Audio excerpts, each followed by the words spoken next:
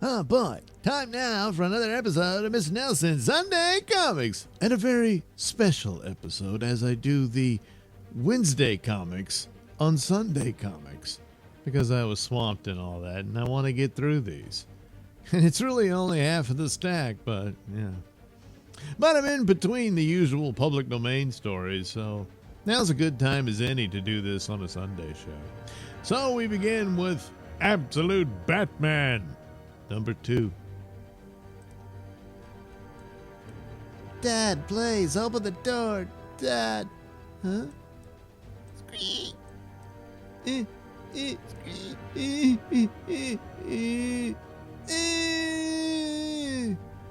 The zoo, or the 200. No, it's the zoo, because that's where his dad died, unfortunately. Yeah. And then he got swamped by bats. So there you go. And they were radioactive and gave him bat powers. Over the next 2 weeks, the party animals escalate their offensive on Gotham. And in return, Batman escalates his offensive on them. Ding, ding. He isn't everywhere, but he seems to know where their biggest attacks will be. And he meets them head on, like tonight at the aquarium. Funk. Ding, ding. And for my part, I've tried to help him. Added surveillance protections. Because the more he disrupts, the more Sionis steps up the battle, the more data I collect, which gets me that much closer to leaving Gotham. Lately, Sionis has brought in more of them, his party animals, enough to take on a small militia. Dead down! Carve you! When I was in Special Forces, my commanders always said what makes a great leader is knowing when to advance forward and when to retreat and regroup. One of them's in a dress. Campaigns are long. One AF, one RR. Every battle, I think this is where he'll realize it's time to retreat and regroup. And yet, blah! Sploosh.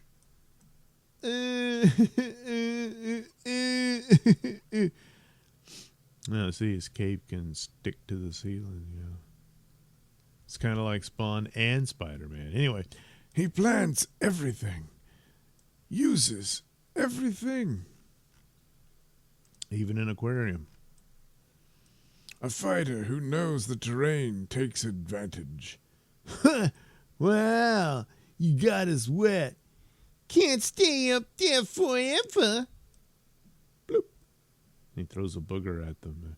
Like when he employs a chemically concentrated version of vinegar to turn the salt water into hydrochloric acid. Please, it binds. Your red toes are gone. He has stash houses all over the city. Not one, but many caves.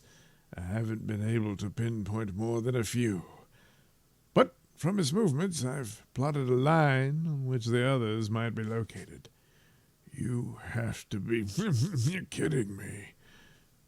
And if anything... Well, you'll have to check it out to find out. Yeah, it's interesting. It's strange. He's more Punisher than Batman. But yes, it turns out he does have multiple bat caves all over the city and all this stuff, all this equipment, and an absolutely over-the-top, ridiculous Batmobile. Now, look, in huge earth movers and whatnot, and in his business, which is basically construction, but he's an engineer, he would have access to some of that, I guess. Oh, this old piece of crap, we're going to send it to the junk. And he says, hey, can I have it? Yeah, sure. And then he paints it black and soups it up and makes it work. Maybe that's the explanation, because remember, he doesn't have the money that the original Batman had. He's got more than likely a good paying job, but not enough to afford all this and to have the time to do it. So, yeah, superhero comics are always ridiculous and absurd to a point, but still, the original storyline makes up for it. It takes the pains to explain this. He's a multi-billionaire, so he's got all the time in the world, really. And he can be up all night fighting crime and stuff, and he sleeps all day because he's this, spoiled rich guy who parties all the time, and it's a good cover story. Here, he's got a job to do and stuff. Where does he find the time? He wouldn't. So, but anyway, it's interesting. But that's about it at the moment. Meanwhile, Absolute Wonder Woman remains the more interesting of the three titles that I've seen of this absolute endeavor. So there she is, still fighting monsters. Yeah. Like comparisons to Absolute Batman with his cape being like Spawn's cape, albeit a technological thing rather than the supernatural. Wonder Woman goes even further. I mean, even the colors are similar to Spawn, and she's from hell, and she fights these monsters that might as well be from hell as well. See, it rhymes. So, yeah. I'm sure that's all just a coincidence. Gateway City. Now, Alan Fox reporting for the Gate. If you're just tuning in, sit down first, as these are historic and frankly terrifying images. At present, a strange superpowered woman is fighting massive creatures the likes of which we've only seen in science fiction on our beach. You mean you're seeing this take place on our beach, not that you've seen this in science fiction on your beach. Anyway, the shores of Gateway City will never be the same. Maybe nowhere will be the same. I wouldn't think so. New creature emerges from unknown object.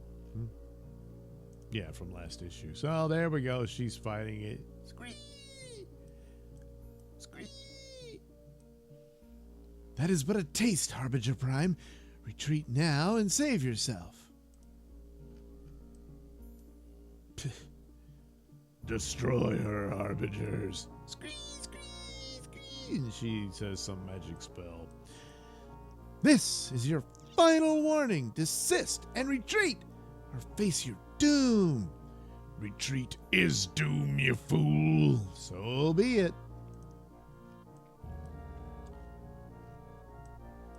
Hear me, Harbinger Prime, for I bring you Nemesis, a weapon forged in the fires of hell, fashioned by my mother, the sorceress Circe, made from the remains of the last basilisk, infused with the blood of Prometheus, blessed by Demeter, goddess of the harvest, mother of us all.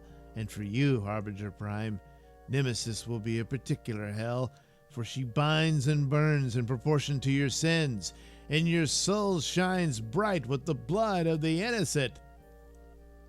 Squee, squee! Oh, God! Oh, man! Release me! The burn you feel, Harbinger, know that it is the result of the pain you have wrought on others. All you are feeling, you have earned. Accept Nemesis' judgment of you.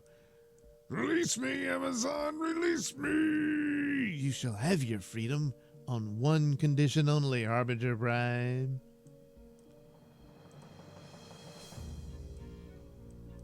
You will leave this place and not return, and you will pass this message to whatever monsters summon you to do its bidding. This world is now protected by Diana of the Wild Isle, Princess of Hell, the last Amazon, and all the resources at her command. Tremble and hide for another millennium or two if you are wise. We accept. Very well. If only that were the end of it. So off they go to their strange upside-down pyramid potty. Yeah. But no, that's not the end of it. But the rest of the issue, we're introduced to this version of Steve Trevor who went to hell. Yeah, yeah. And Diana saves him, so it's, somewhat similar to the original story, but of course it's not Paradise Island, it's Hell Island. And but that's a flashback, and they jump ahead, and Steve Trevor, well, he's back in uniform and working with the military, and he's basically being a liaison with Diana here. And it seems, because I was wondering if they would do the romance, because, in the current era, would that even be allowed? But it appears it's certainly on the part of Diana that she's taken with the man, but whatever. Well, but the rest of it is pretty formulaic. The military's yelling at her mad, and she's like, you don't own me, I'll work with you, but you don't own me, and all this sort of stuff. And then the next monster comes, and we're pretty much on a cliffhanger. So basically, she's going to be battling giant monsters for a good bit. And she even gives nod that this is ultimately going to have to involve other heroes. So when they get to an absolute Justice League, they'll probably be battling these invaders from some netherverse. So basically, it's all very Lovecraftian. In fact, the monster looks like Cthulhu at the end. So I'll give that spoiler, But nevertheless, of the three, this one is the more interesting. Not that big of a fan of the art and stuff, but it's probably the best of the three. Yeah. The Superman being the worst so far. I haven't seen number 2 yet, but oh well, and sales-wise, Batman's the winner, of course. But right now, Absolute Wonder Woman is the best of the three. Meanwhile, in the, proper DC universe, I guess, they've introduced their new Justice League Unlimited, where everybody is a member of Justice League. So, anyway, there you go. You're introduced to a mission already underway. Unbelievable. And this is carrying on from Green Lantern, where Carol Ferris is Star Sapphire, but she's new to it. And so she's still, she's a freshman superhero here. And they delve into that, and she's teamed up with Black Lightning, who helps her out. But ultimately, she comes up with a solution for one of the victims of this onslaught and all of that sort of stuff. But it also focuses on yet another new member. Anyway, stick with it, Star Sapphire, and you'll be saying that 3 times a day. Now, they're in Balhauser, South Africa. Is that a real place? I don't know. With DC, you can never be certain. So anyway, there she is using her sapphire powers, and Superman says, let's get to work. Nice ass, Wonder Woman. Let's see here. The Justice League has been reborn. It has a new purpose, new methods. It's the first time every hero on Earth is working together as an army of justice, constantly coordinating and pooling their abilities to shut down chaos and evil faster and more effectively than ever. Welcome to the Justice League. Which also creates quite a plot hole for the other individual titles when something big and massive happens, but only one superhero deals with it. It's like, where are these guys? But that's always been the case. So anyway, can I do this? Am I ready? 1 hour earlier. Okay, here goes nothing. They've all been given these membership cards that will teleport them to the watchtower in space. So this is Airwave's first trip as he joins the team. So he's a freshman superhero too. This is his first day as a member of the Justice League. So he's saying, here goes nothing. Hello? Anybody here? Anybody? The Marine Marauder has been spotted off the coast of Auckland. Aquaman, Sand, and to whoever, to the boom tube immediately. So there's Aquaman ain't got time for some kid in green tights. So he's still trying to get directions. Challengers to the deck 9. Oh, yeah. Blue Beetle is reporting some difficulty with the central power core, whatever. Jeez, I can't even read the one I got in front of me. Stargirl, Captain, we have leads on Citizen steals and damages absent powers. This is pretty awesome. So anyway, there you see all the superheroes hanging out in the courtyard.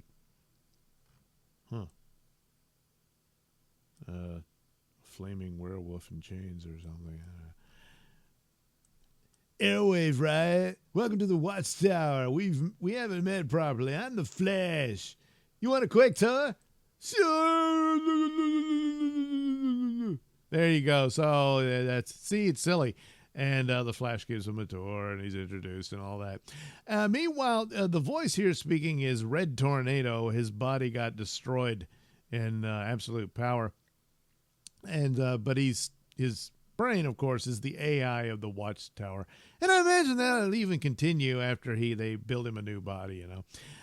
So he sets up teams to go deal with this mysterious group calling itself the Inferno. And they're the ones that were doing the attack you saw earlier. And they got to deal with it. And, of course, Sapphire is like, I'm new to this. And don't worry, you got this, blah, blah, blah.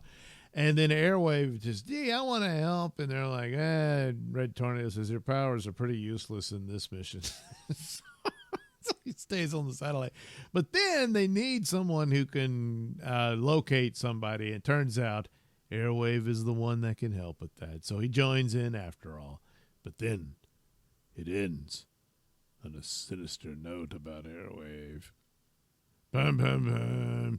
So anyway, it's just an introductory story of their new lineup of Justice League, which is, been benched since, what was it, Dark Crisis or whatever that crap was.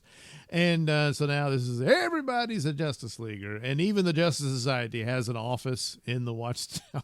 It's like, what's the point of Justice Society anymore? Just they're all members of the team. Whatever, anyway. There's the deal. And it's all right. I mean, it's got Dan Moore as art, which is the best part. But, jury's out on whether this is a good series or not. And lately, they seemed determined to find a way to ruin it. So, it's only a matter of time, I suppose. But anyway, that's the new Justice League. Meanwhile, we catch up with the real Batman and the story from his past, but good enough, with The Last Halloween, but foolishly called Batman The Long Halloween, The Last Halloween. Anyway, with a pretty cool cover from the late Tim Seeley. So each issue will have a different artist, and it's too bad Riso couldn't do the full series, because it's not very good, this issue anyway. Christmas Eve in Gotham City. For most, this is a time of cheer. For me, it is one more day in my most challenging case. Puzzles, puzzles. On Halloween night, Commissioner Gordon's son was kidnapped. Wrong aisle. There has been no ransom demand, no word from the kidnapper. When does a cat not meow? When it's a dead cat. I made a promise to Gordon that I would find his boy. His child's absence is tearing him apart. His pain has become my pain. The lack of clues is discouraging. There's one man who would find that exhilarating. His obsession with unraveling mysteries is his trade. Edward Nigma, the Riddler.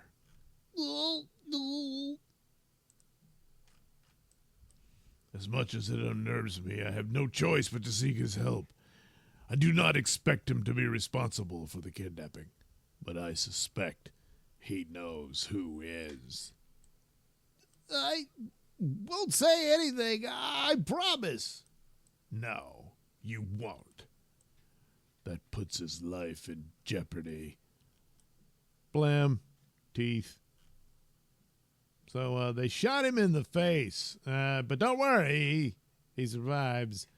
But makes it a little hard to talk with that injury. But don't worry, he figures out a way to communicate with Batman and Robin. And it's a crazy little car chase scenario and whatnot of how they catch up with him and all that sort of stuff. Plot and story-wise, it's fine. It's great. In some instances, barely. The art's okay, but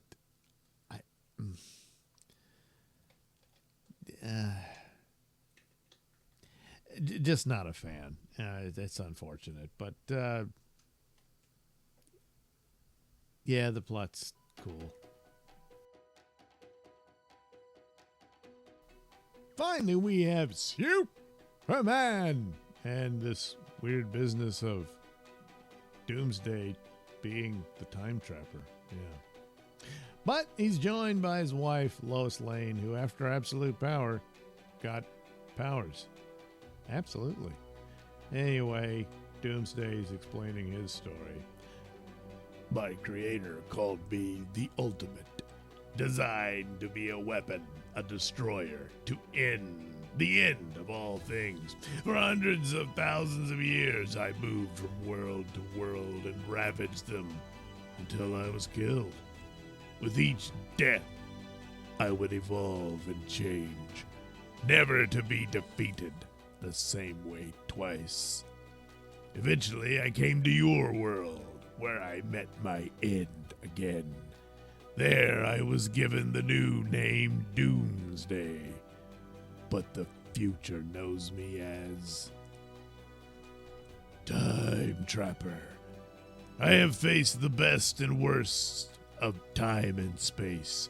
Many efforts have been made to stop me. We're both survivors, Superman.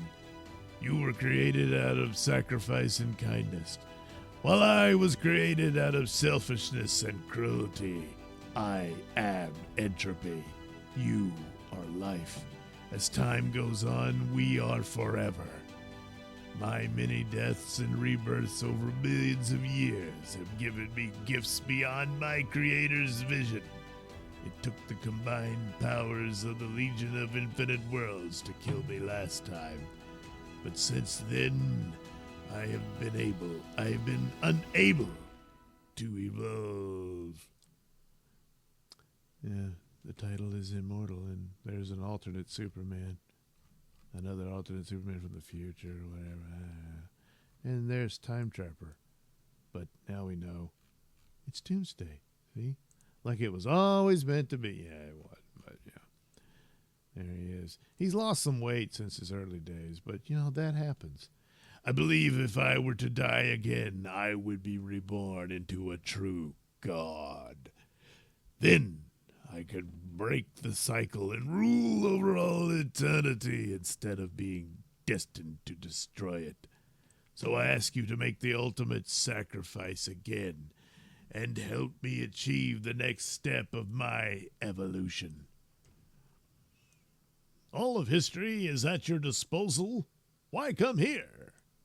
As I said, time and space are in flux, and it appears I arrived a bit early. You still have your right eye, meaning Zod has not returned yet. Jeez, man. But I remember this moment in history, my old self's arrival. The horror that comes next, the lives lost. You will be tested in ways you have never been tested before. You will survive as you always do. The rest of your allies are not so lucky. I don't care who you are. No one threatens my friends. Superman, please. I may be evolved, but I am not above. Oh boy, what is he going to say next? Well, you'll have to read and find out. Yeah. Besides, he wasn't really threatening you. He's just telling you how it's going to go down. But anyway, yeah, so current Doomsday shows up and there's a big battle. And it gets really messy and nasty. But the interesting line is that it seems to be predicting at some point Superman will lose his right eye in a fight with General Zod. So, guess he's got that to look forward to. And then to look back on with only one eye afterwards. Yeah. Well, anyway, there we are. We're all caught up. Isn't that nice? I got some Conan comic books to read. I'll save those for the next Wednesday's show, and whatever else I may get my hands upon in the meantime, perhaps. But and then by next Sunday I'll have a new, old public domain comic book to read for your listening pleasure. Until then, have a good one.